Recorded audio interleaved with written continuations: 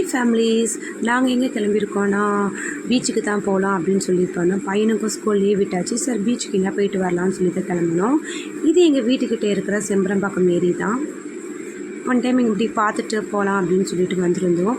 என் ஹஸ்பண்ட்லாம் இங்கே அடிக்கடி வந்திருக்காங்க, அவங்க ஃப்ரெண்ட்ஸோடு வந்திருக்காங்க. எனக்கு இந்த இடம் ரொம்பவே பிடிச்சிருந்துச்சு. ஃபுல்லாக தண்ணி எனக்கு ரொம்பவே பிடிச்சிருந்தது. நான் இங்கே இப்போ தான் ஃபஸ்ட் டைம் வரேன். எனக்கு ரொம்ப பிடிச்சிருந்தது. இங்கே நிறைய மீனெலாம் இருந்தது. நிறைய பேர் இங்கே வந்து மீன் பிடிக்க வருவாங்க அப்படின்னு சொல்லி ஹஸ்பண்ட் சொல்லிக்கிட்டு இருந்தாங்க. எனக்கு ரொம்ப பிடிச்சிருந்தது.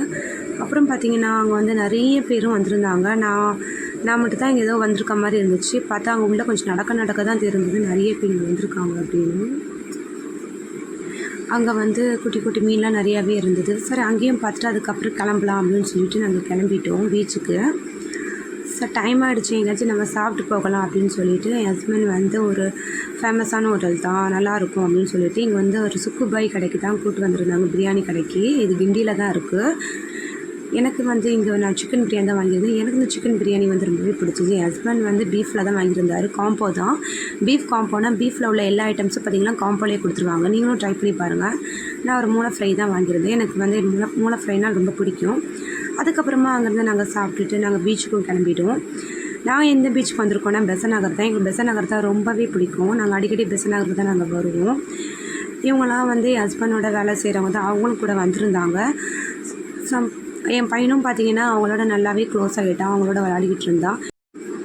என் பையன் நல்லா ஜாலியாகவே விளையாடினான். எனக்கு என் பையன் ரொம்ப ஹாப்பியாக இருந்தானே, எனக்கும் ரொம்ப ஹாப்பியாக இருக்கும்.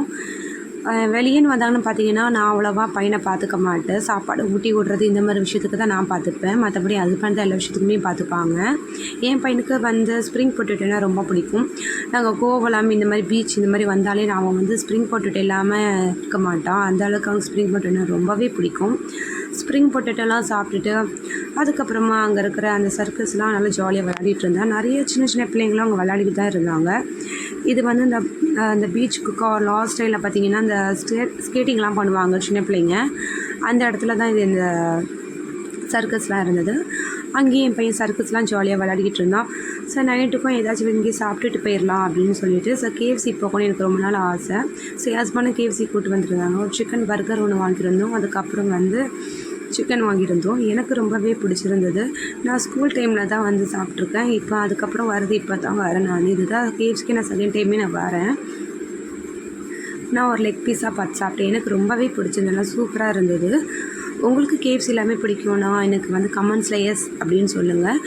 ஓகே ஃபேமிலிஸ், நம்ம இதே மாதிரி நெக்ஸ்ட் ஒரு வீடியோவில் பார்க்கலாம்.